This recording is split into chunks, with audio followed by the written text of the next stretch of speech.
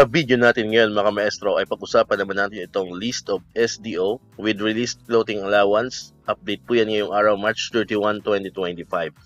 Ayan, so good news nga mga maestro, ano, kasi nagsisimula na pong mag-release ng clothing allowance po ang DepEd.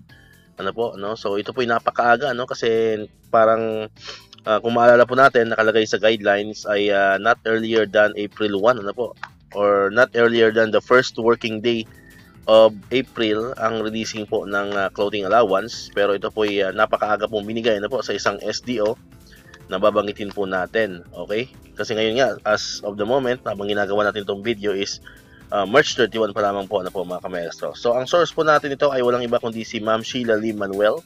Ayan po. So nakalagay po ito sa official page po ni Ma'am Sheila. So credits po kay Ma'am Sheila Lee Manuel. Ayan.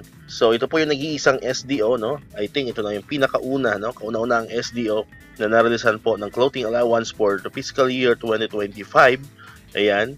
So ito po yung SDO Mandaluyong City. Ayan. So shout out po, Shout out and congratulations po sa mga kamaestro natin diyan sa SDO Mandaluyong City. Alright. Ayan. So comment naman po, kung may mga subscriber po tayo, from SDO Mandaluyong City. Alright, so dito ko natatapos itong ating video ngayon mga kamaestro. Kung di ka pa nakakapag-subscribe, click mo na ang subscribe button dyan para ikaw yung unang nakapanood ng mga videos na na-upload natin.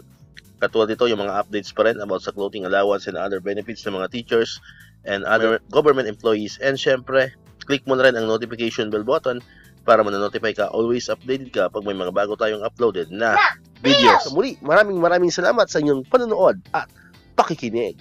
Once again, El Maestro, see you on my next vlog. Bye-bye!